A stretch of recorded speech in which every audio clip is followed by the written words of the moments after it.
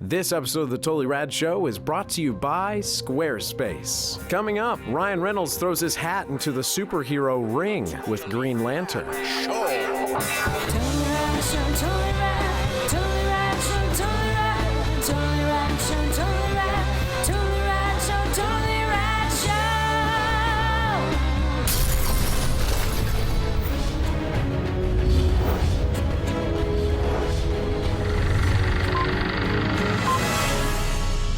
Today in movies, we are outside in sunny Burbank, California, in front of the Warner Brothers Studios. You're supposed to say beautiful downtown Burbank, right? Beautiful downtown Burbank. Laughing. Having just walked out of the Green Lantern. Yes. So Green Lantern, correct me if I'm wrong, but is sort of the first DC Universe movie since Dark Knight, but really, besides Dark Knight, to come out since the Marvel Universe has taken over Hollywood. So this is sort of their first entry into that's true. Right. Yeah. Superhero. The only other one is Superman Returns, but that was before Dark Knight. Exactly, and it's before like the idea that we could have huge franchise comic book films from our studio, from our comic book studio. Okay.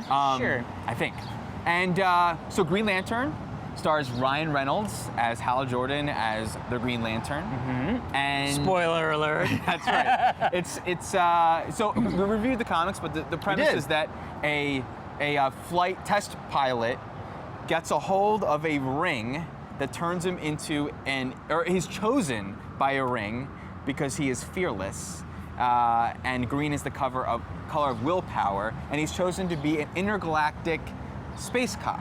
I kind of feel like this is what like a 7-year-old coming out of that movie would describe it as. Yes. But it's not inaccurate. Correct. Yeah, right, exactly. Not inaccurate. It's directed by Martin Campbell, who did movies like Zorro, and then more recently Casino Royale, the reboot of. So he sort of rebooted Zorro, or modernized Zorro, and then modernized James Bond, and here he is doing a superhero thing. That was the Antonio Banderas one? Yes, the that Antonio was actually Banderas pretty good. ones. Yeah. So, pretty good. You dug the Zorros. Yeah. You dug Casino Royale. Yeah. You dig the comic book films. You dug this comic. Yeah. What did you think of Green Lantern? Well, why are you scoffing as you asked me that? I just scoff. It's just scoff. Jeff is not smirking next to me. So, Yeah. We're frowning. This film. Well, I'm trying to figure out why I didn't like it very much. And I have a lot of ideas. The first being? Well, I really think, early on, one of the big buzzes about the Green Lantern, one of the big things of the superhero is that the ring generates his suit. Right. And that his suit is sort of powered by the ring, and it's all very fluid, and it's almost a second skin, as it were. And early on in the development of the movie, we, as a public, sort of found out that what they were going to do was actually computer generate the suit on top of Ryan Reynolds. As opposed to wearing a suit. Yeah. Or even wearing a suit and having some CG elements to enhance the suit, which a lot of the superhero movies do. Right. They were forgoing that, and it's like a gray suit with tracking markers and face tracking markers for his face, no mask, and all that stuff. And as worried as I was then for that, I think this is the reason why I was worried for that. It always seems odd when he's in the suit, for the most part. His neckline, it's just, and for the most, the close-up shots, why does it have to be a CG suit? Why does it have to be a CG suit? It's interesting that the way comics have always been drawn is as if it was a naked person with colored paint on them. Yeah. That's sort of how comics are always drawn. Right. And this is basically that. Yeah. But the funny thing is, I also felt the exact same way with Spider-Man. I felt that way with Superman. I felt that way, not so much with the new Batman because it was a little more rugged, but I was able to get that really feeling. The Eddie Bauer Batman, I think. Yeah. Anyway.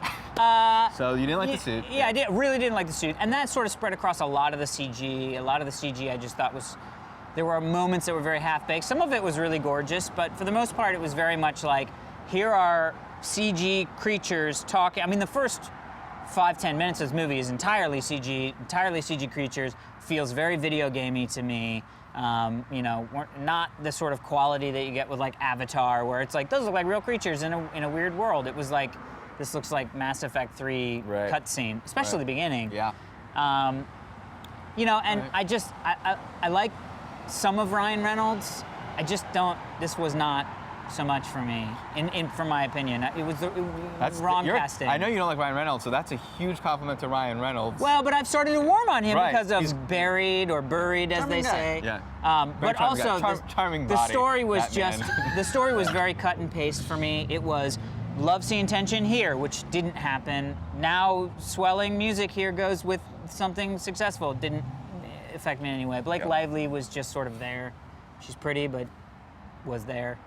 Jeffrey? I'm similarly conflicted. I wanted to like this movie. I'm a fan, as you know, and I came in, I'm wearing my green, all excited, and I like the fact that this movie embraces its comic book roots. It embraces the science fiction nature of this character. I mean, you sit down in the first 5 minutes of this movie, it's a science fiction movie. This is, start with the picture of the galaxy, cool guy voiceover says, space, you know? Yeah. Those are the kind of movies I like. I was like, yeah, I'm so glad. You know, even as little as 5 years ago, we would never have gotten this treatment of this character. It would have been all watered down, and we would have thrown out Oa and all the alien creatures. And I love that they embrace that now. We've gotten to a point where this geeky stuff can really exist on screen.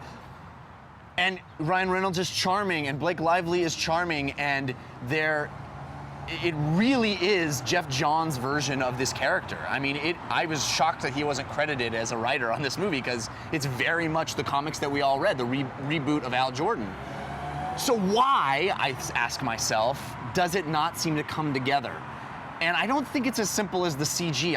You referenced... Oh, it's just one. That was just one of my many... I know, but you referenced Avatar, and I think that and other movies are examples of where we forgive those things because the filmmaking is so good and because the story it brings us in. Yeah. I don't think any of the set piece moments in this film feel satisfying. I was rather surprised that they go with the real kind of cheesy nature, the old school cheesy nature of what Green Lantern is, which is he makes a big toy car, or whatever. Fly swatter, exactly, which doesn't actually happen in this movie, but a lot of other similar stuff does, and none of it lands with. I think that the last fight is pretty cool, but for the most part, the big set piece moments don't feel fun. I don't think having the enemy there's a lot that happens in this movie that is meant to set up a second film or a third film, and I think that's to their peril a little bit.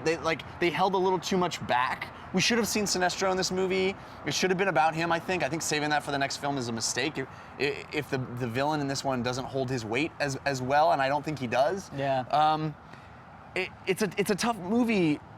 I'm comparing it a lot in my head to Thor, because I think Thor succeeds in walking the tightrope that this movie tries to walk, which is that really over-the-top cartoon world that's different than Earth, but making it feel grounded and fun and exciting. And I think it worked in Thor, and I don't know if it's just because I have more of an affinity for Thor. I think this movie will work for people who are already fans of Green Lantern, but I don't think it'll make many converts. Yeah, I think the biggest telling thing for me was halfway through the movie, I go, I get it. It's a kid's movie. It's for children, because was the moment you thought that the race car moment? No.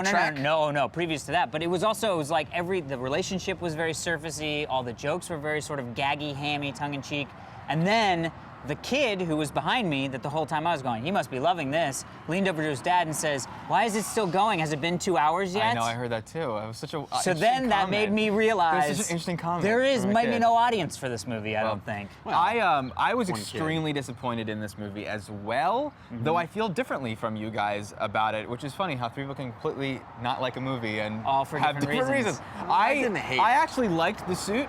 Oh, okay. I did not like the mask. Oh yeah, the mask was bizarre. Yeah. Bizarre. But I thought the suit was fine, and I thought the CG was pretty incredible. I actually think it's some of the best CG I've seen in movies. It's not better than like Avatar, but it's so much. That is also a movie, by the way. Yeah, that's true. So what do I really mean? No. But the CG was awesome and very pretty, as well as being technically great.